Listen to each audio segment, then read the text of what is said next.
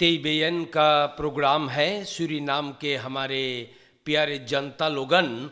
और आज donderdag होइएगा 3 अप्रैल 2025 के लिए आज हम फिर से कोशिश करबे आप सब कोई के खरतीन न्यूज़ यानी कि दैनिक समाचार को पुकार करे के।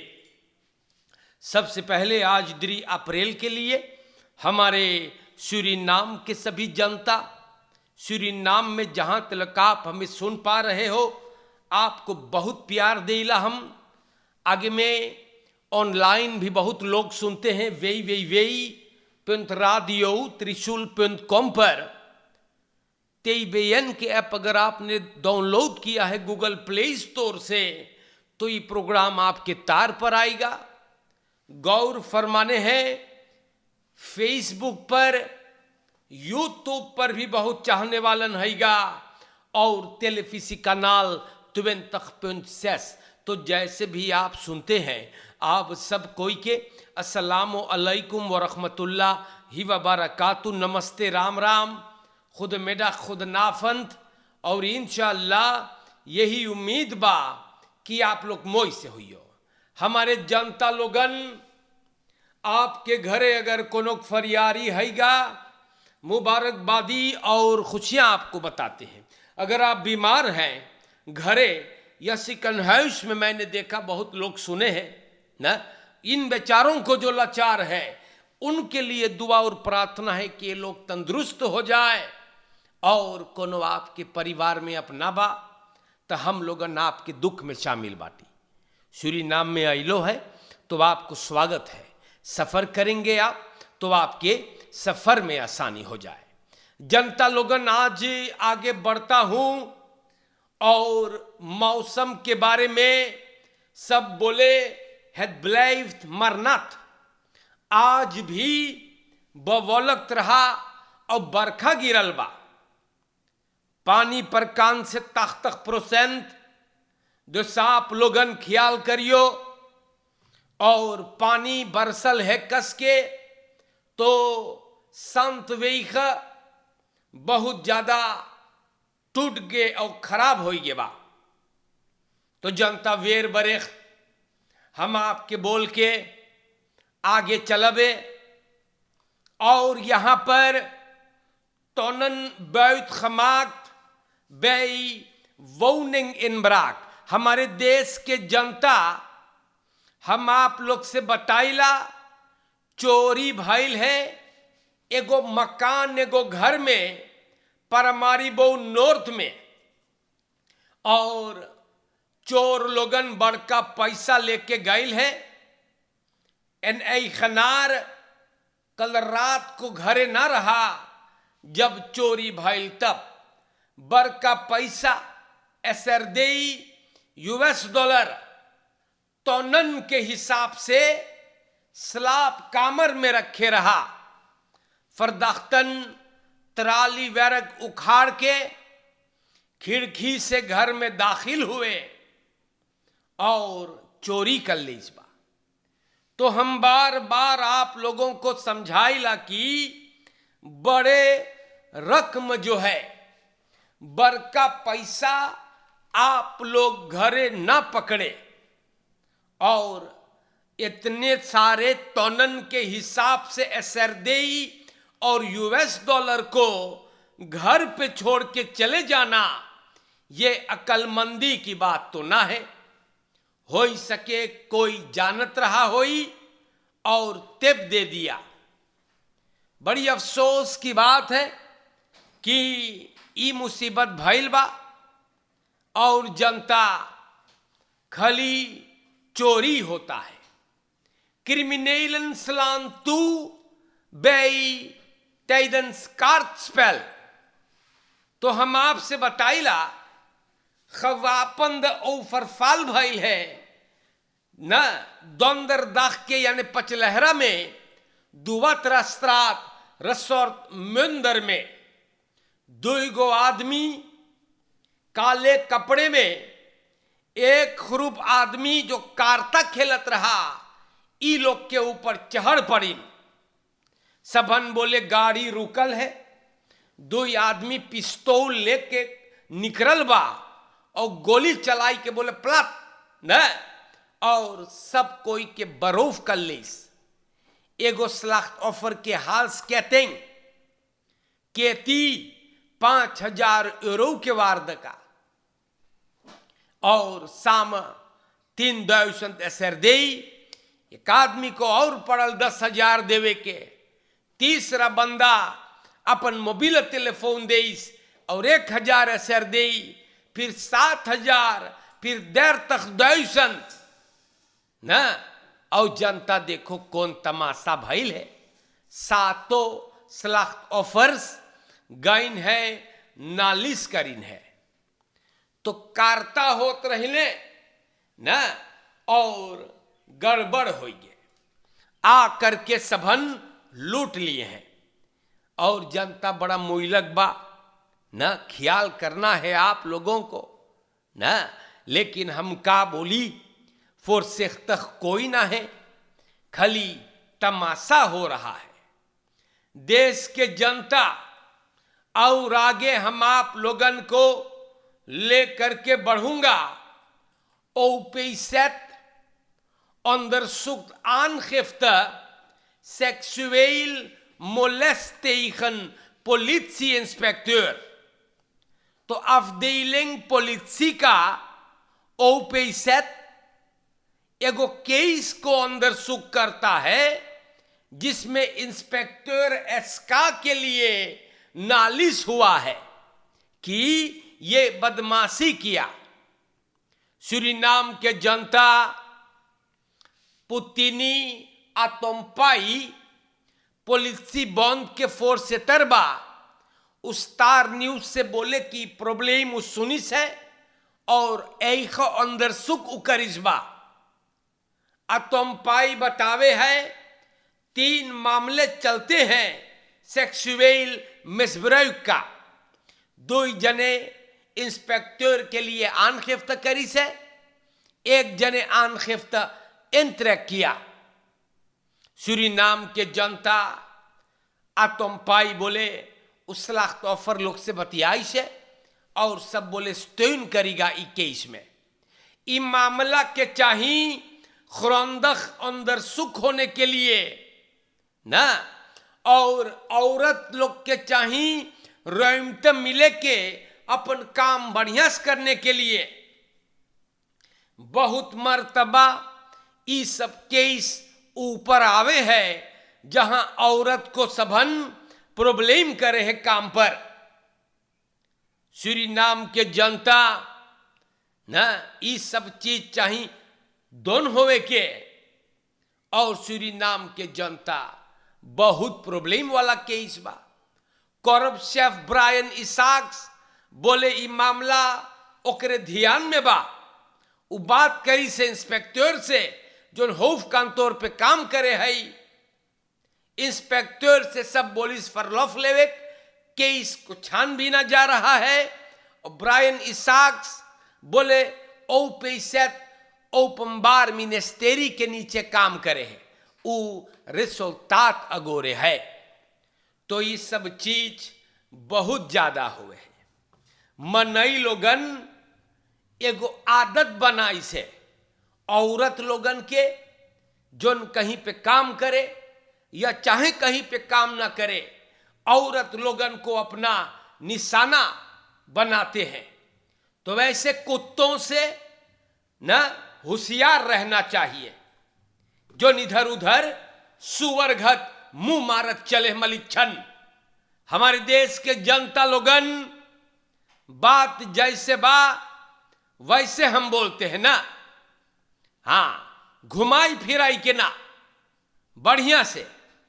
तो आगे बढ़ता हूं, और औरत जात के भी न सिर्फ वर्क फ्लोर पर बल्कि चारों ओर आपको इस बात पे गौर करना है कि आप ऑनलाइन ना दी हो, या ख्याल करियो।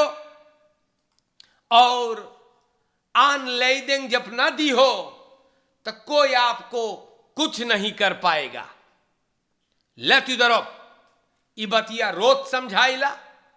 हमारे देश के जनता लोगन, हम यहां पर देखो तमाशा वातर कान पे बोले हैगा कि खाली तमाशा हो है।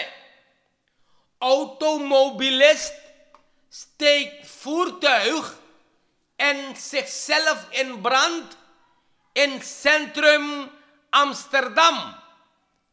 तो ये चीजवा हॉलैंड में भइल है। एक आदमी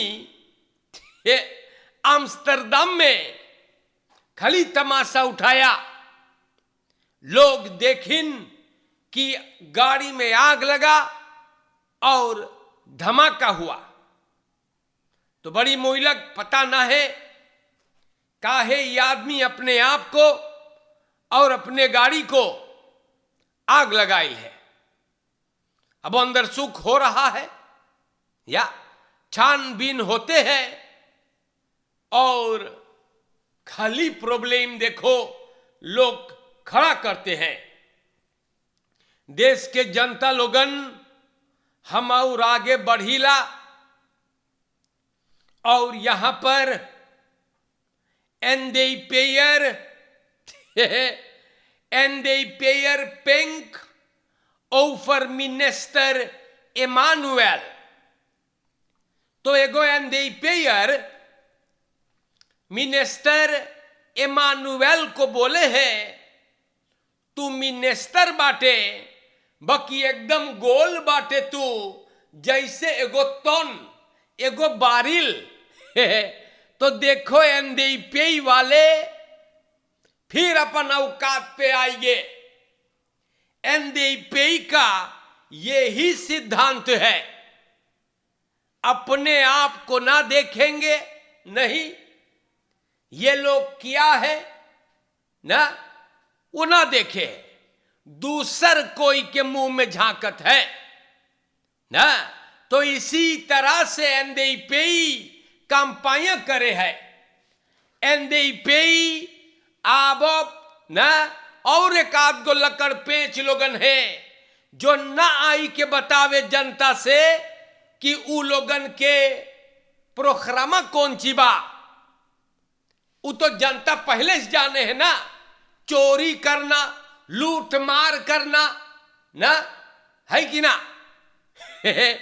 तो अब ये लोगन मनई लोगन के निहारे लगल बा और हमारे देश के जनता ऐसन ऐसन मनई लोगन हैगा ना। तो अगर गधे इस देश को चलाएंगे तो होगा क्या ना। तो जेके जूता अटी उ पहनो लेकर के ना, लेकिन ऐसे कंपाइन ना करल जाए। ई तरीका न है कंपाइन करे के कि तू जाइए मनई निहारे गाली देवे, लेकिन बपाल द पॉलिटिक पार्टी का यही सिद्धांत है, सही क्यों खवौन नित हेल्पन। हमारे जनता इतिहास गवाह है कि ये लोग के आइडेंटिटी पहचान किया है। हमारे देश के जनता लोगन और आबप वालों को ये बात न मोई लगल बा। आबप अफक्योर करे है, आबप बोले न मोई चीज बा कि एनडीपी के कैंडिडेट ये सब चीज बोली सेगा, मगर आबप लोग भी कमतिम ना है ना। ई लोगन के सिद्धांत है तूरे फाड़े के, टेलीफोन छीने के, गाली देवे के और कटलिस लेके दौड़े के पगला घट। तो जे जैसन है वह आप लोग देख रहे हो।